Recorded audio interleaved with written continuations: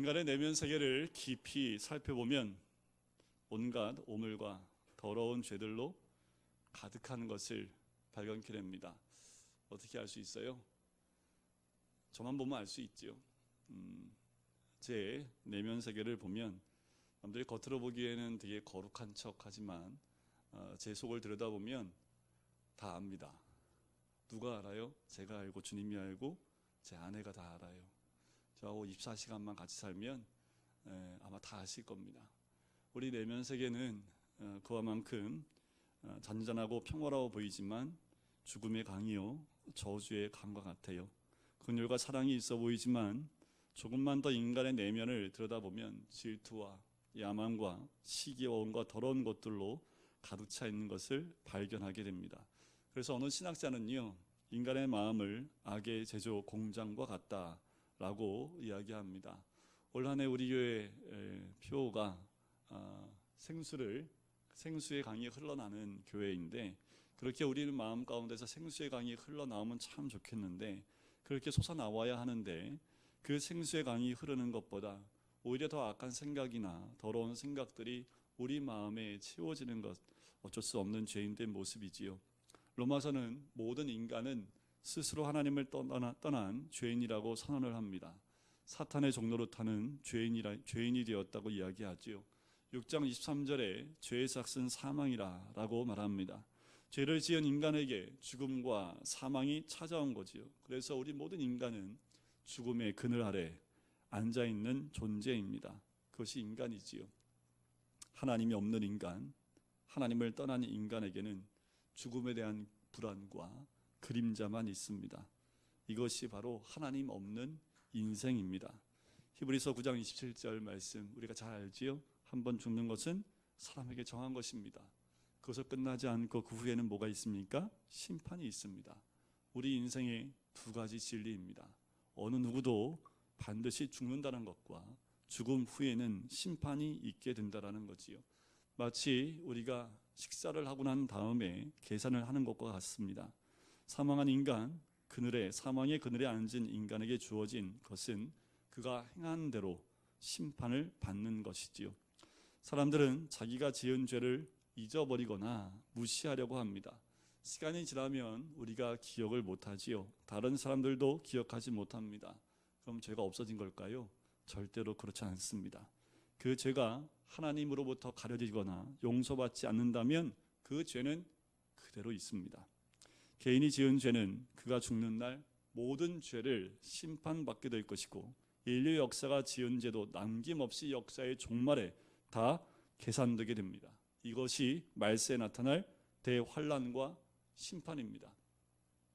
지금도 세계 도처에서는 사람들이 억울하게 죽고 약탈당하고 폭력이 난무한 것을 우리는 여러 가지 루트로 볼 수 있습니다.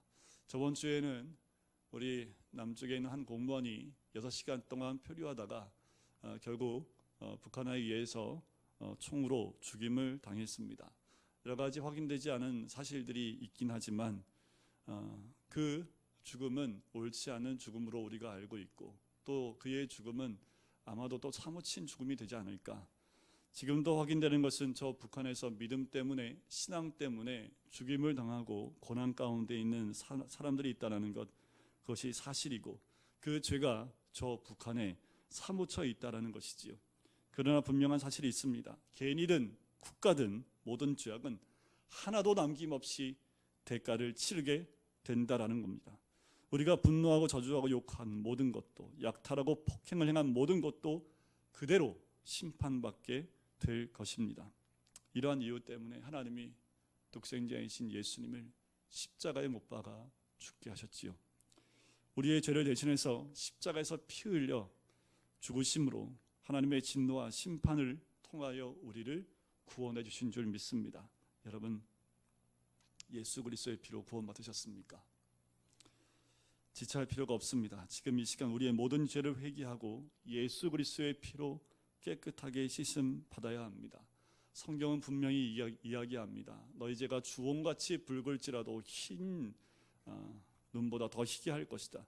하나님께서 동해에서 서가 먼 것처럼 그 죄를 멀리하겠다.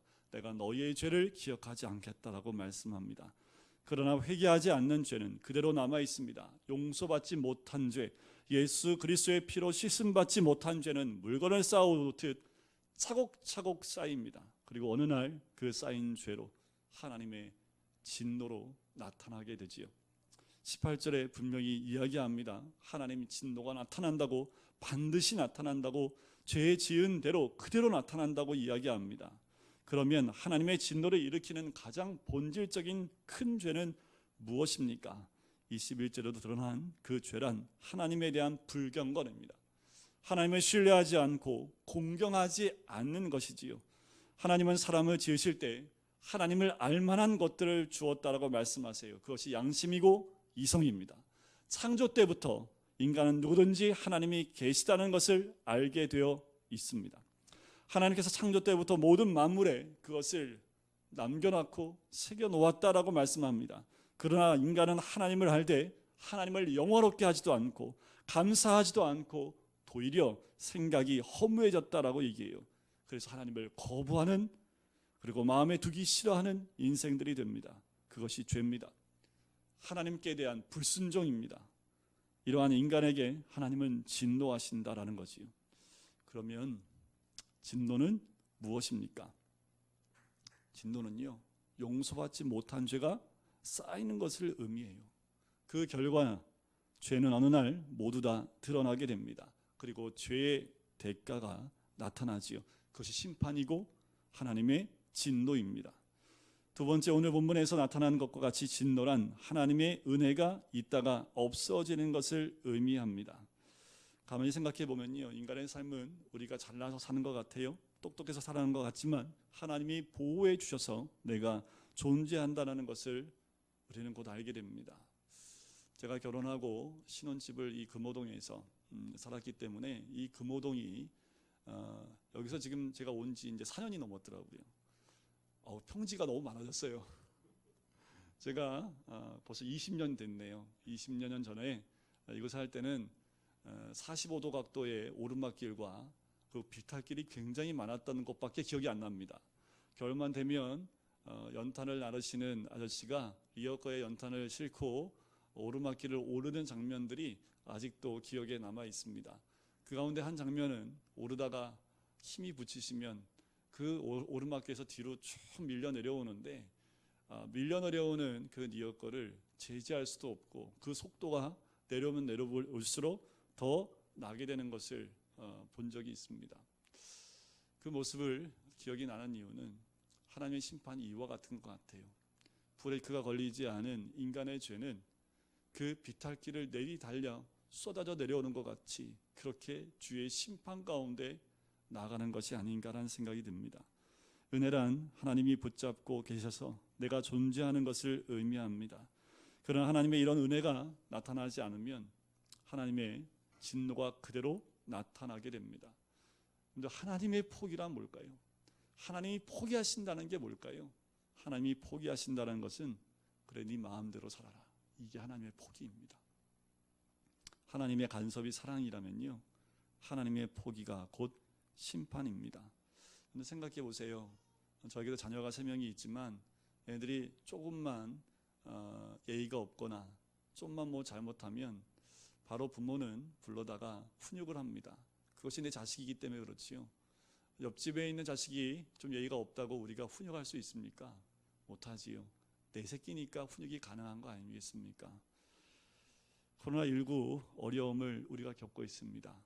전 세계가 다 겪고 있는 어려움이지만 특별히 한국에서 겪고 있는 이 코로나19는 우리 땅에서만 겪고 있는 어려움이지요. 말씀을 준비하면서 이것도 감사하다는 생각이 듭니다.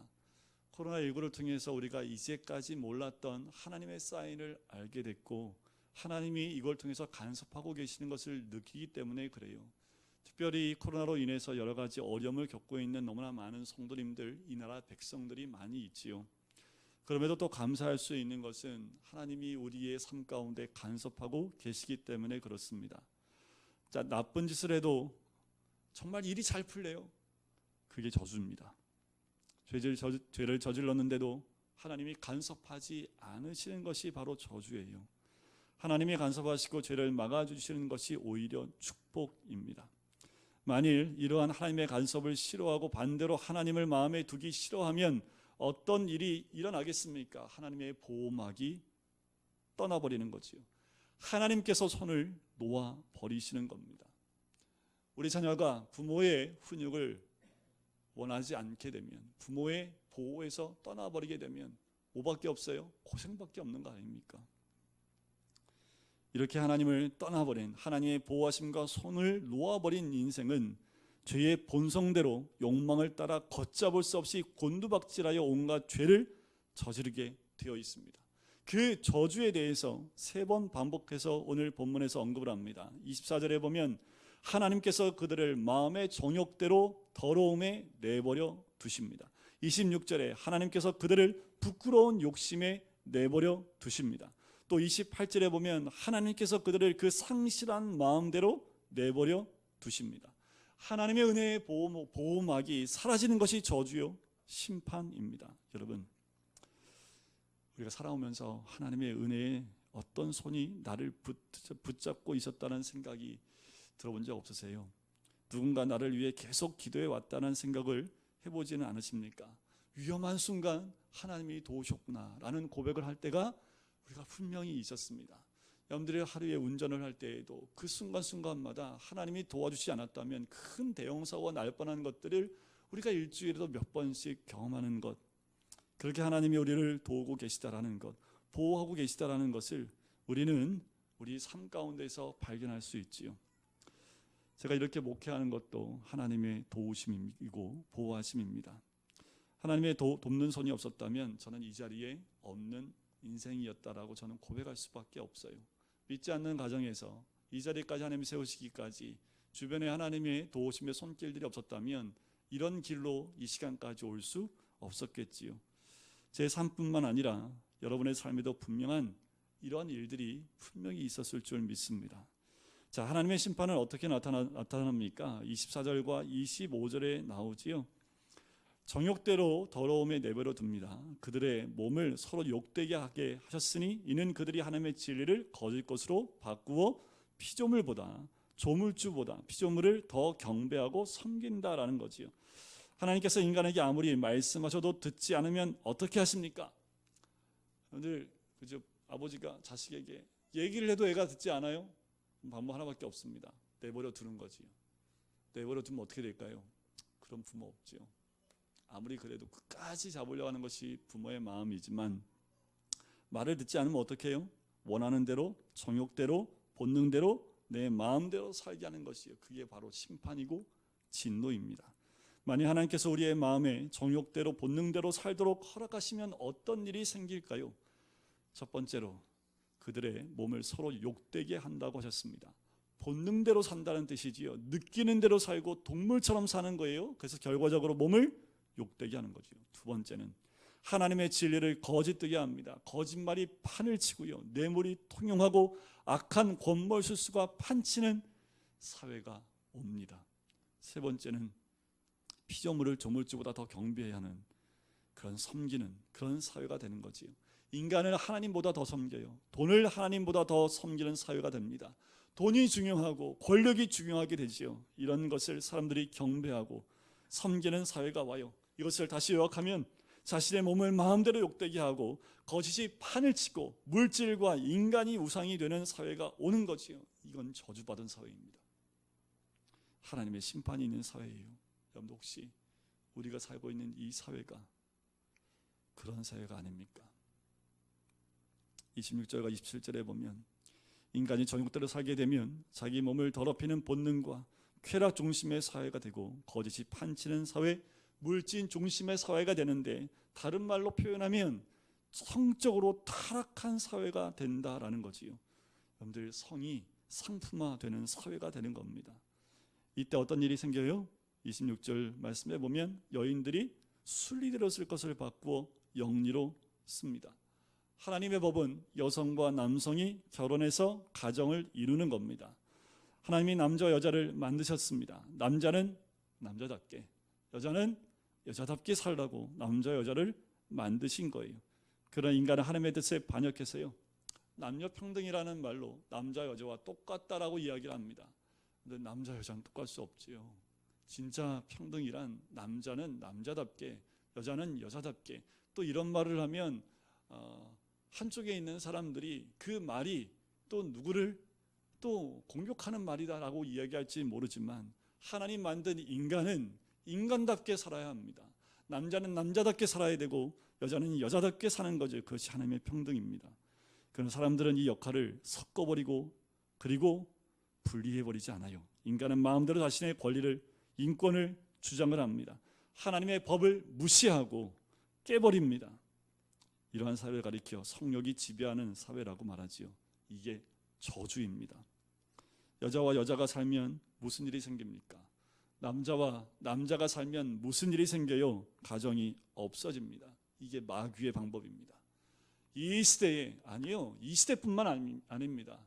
같은 성끼리 가정을 이루게 되면 가정이 파괴되어지게 되고 하나님 만드신 가정이 상실되어집니다. 여러분들, 미국 사회는 이미 이 동성애 법이 통과된 주가 많이 있지요. 그들이 정치적인 세력까지 갖춰서요, 하나님의 법을 인간의 숫자의 힘으로 바꿔버리기 시작을 했습니다. 저주받은 사회이지요. 동성애는 하나님의 저주입니다. 여러분들, 동성애자는 우리가 품어야 하지요. 그들에게 구원받을 수 있도록 복음을 전해야 되지요. 동성애자는 우리가 사랑을 품어야 되지만 동성애는 죄입니다. 그것을 정확하게 알고 동성애가 하나님의 말씀을, 하나님이 기뻐하지 않는 것임을 분명히 외쳐야 된다는 거지. 그런데 미국은 이미 동성애 목사까지 나오는 그런 나라가 됐어요.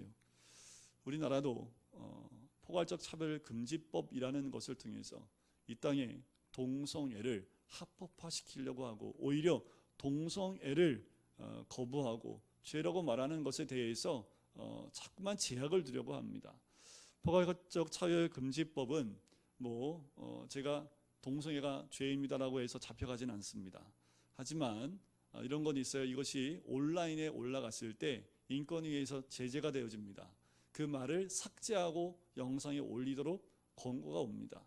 그럼 어떤 일이 벌어질까요? 이 동성애, 이 포괄적 차별금지법으로 제가 어떠한 법적인 어떠한 것은 없을 수 있으나 제가 말씀을 선포하고 하나님의 음성을 선포할 때에 제약이 따르기 시작을 합니다.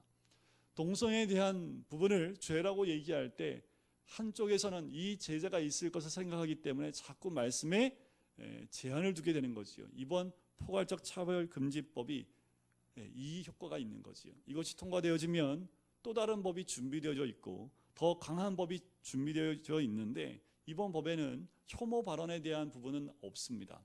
그래서 잡혀 들어가지 않아요. 하지만 이 법이 통과되고 나면 혐오 표현에 대한 법적 제재를 할 수 있는 법이 또 준비되어져 있습니다. 이 포괄적 차별금지법이 통과되어지면 그 다음 수순은 그냥 통과되는 거예요. 어떻게 하냐면 선진국이라고 하는 이 유럽과 미국을 보면 순차적으로 이런 법들이 통과되는 것을 보게 돼요. 하나님이 절대로 기뻐하지 않습니다. 또 저번 주에는 이 낙태법이라는 것을 상정을 했습니다.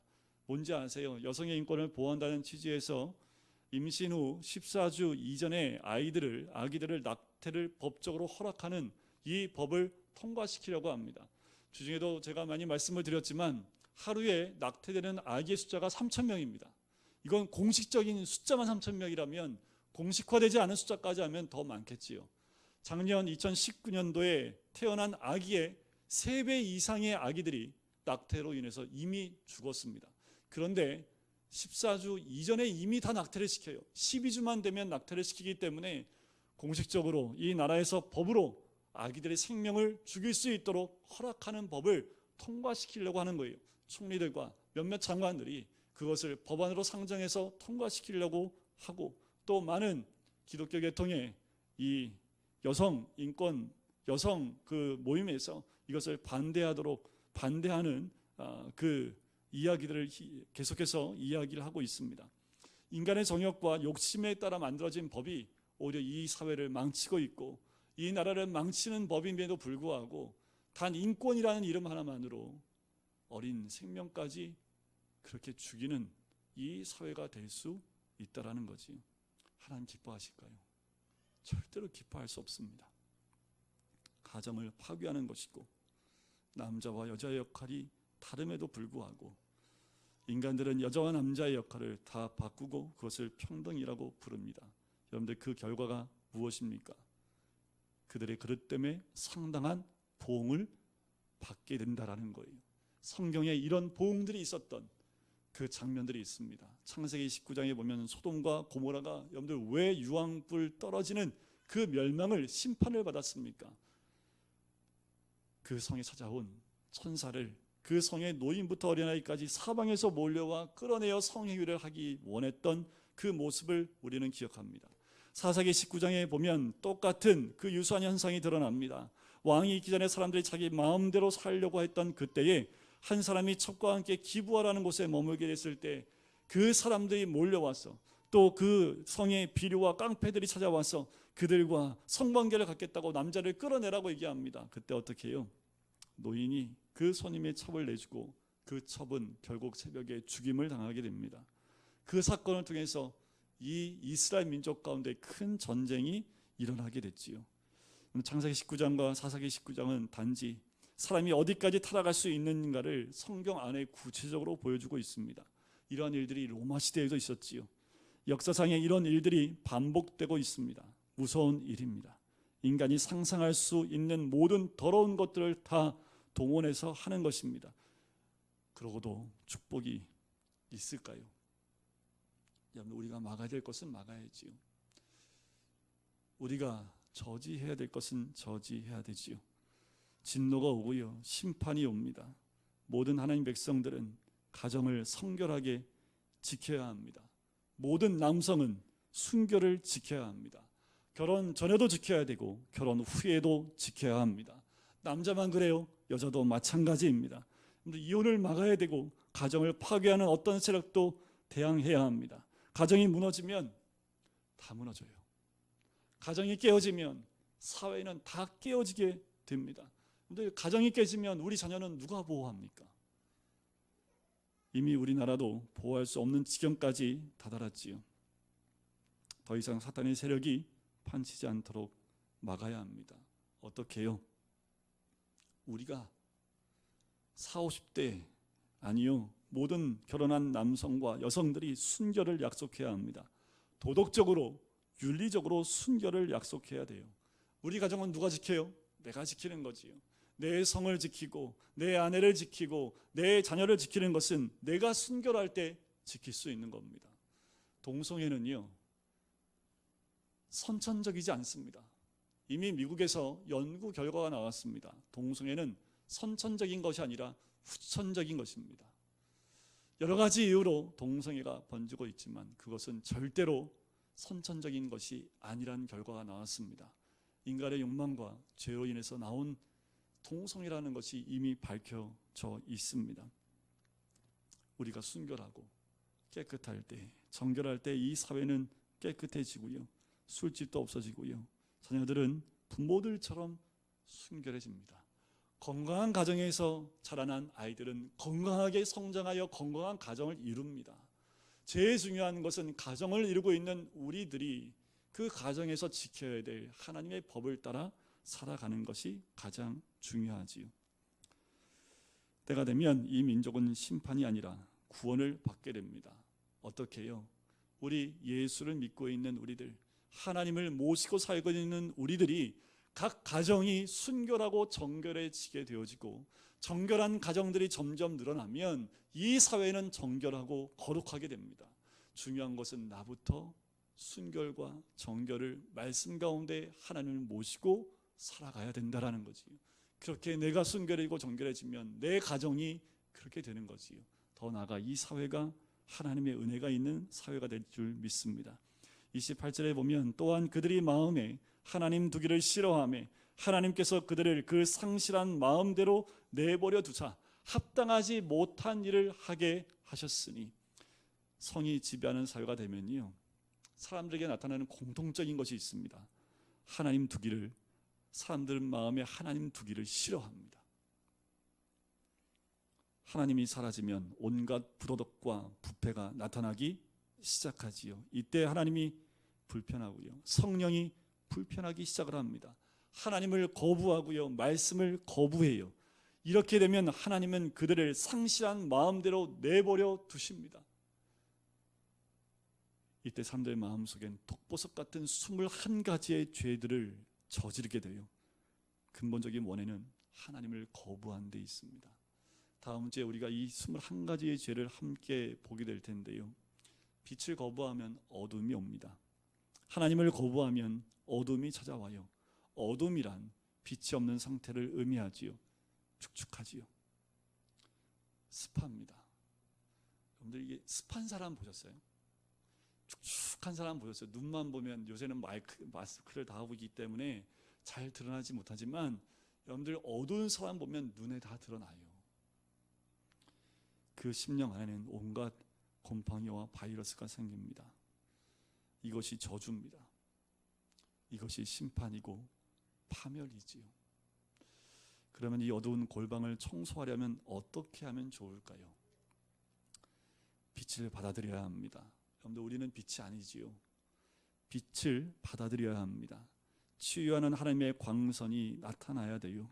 모든 습기와 곰팡이가 다 제거됩니다. 더러운 것이 드러나고 깨끗해지기 시작을 해요. 계속 빛을 쬐이면 더 완전하게 치유되고 새 생명이 나타나기 시작합니다.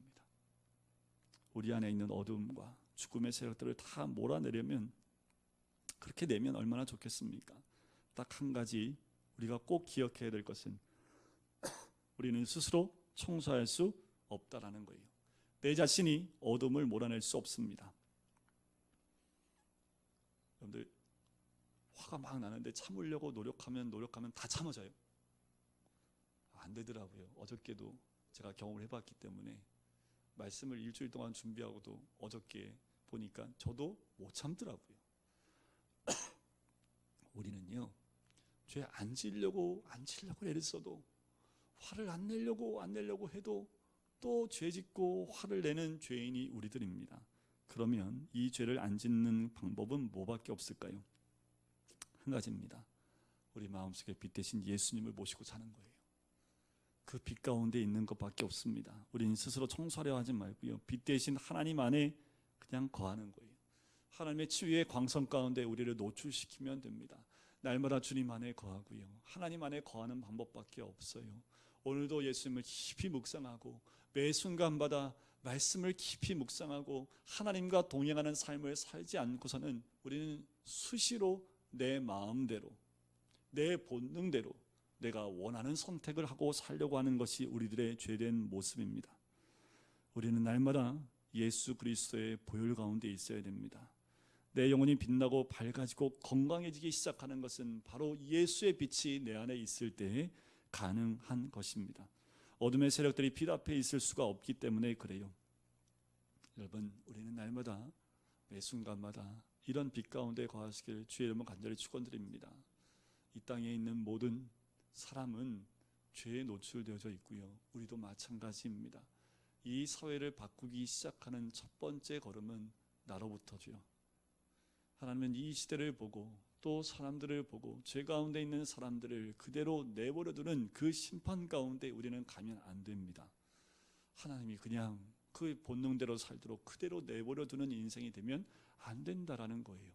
우리가 주의 빛 가운데 삶을 통해서 우리 안에 거룩한 빛이 이 땅 가운데 비칠 수 있도록 나부터 우리 가정부터 그 거룩함을 회복해 나갈 때에 하나님의 은혜가 나로 인하여 또 우리 가정으로 인하여 우리 교회와 공동체로 인하여 이 사회 가운데 하나님의 크신 은혜가 임하게 될 줄 믿습니다. 오늘 이 기도밖에 없어요. 하나님, 나를 포기하지 말아 주십시오. 저를 그 욕망대로 또 욕심대로 내버려 두지 마십시오. 내가 좀 힘들더라도 주님께 붙잡힌 바 되어지고 내 뜻이 아닌 하나님을 붙드는 인생 되기를 원합니다. 이 기도가 이 죄 많은 세상 가운데 사는 우리의 첫 번째 기도가 되어야 될 줄 믿습니다.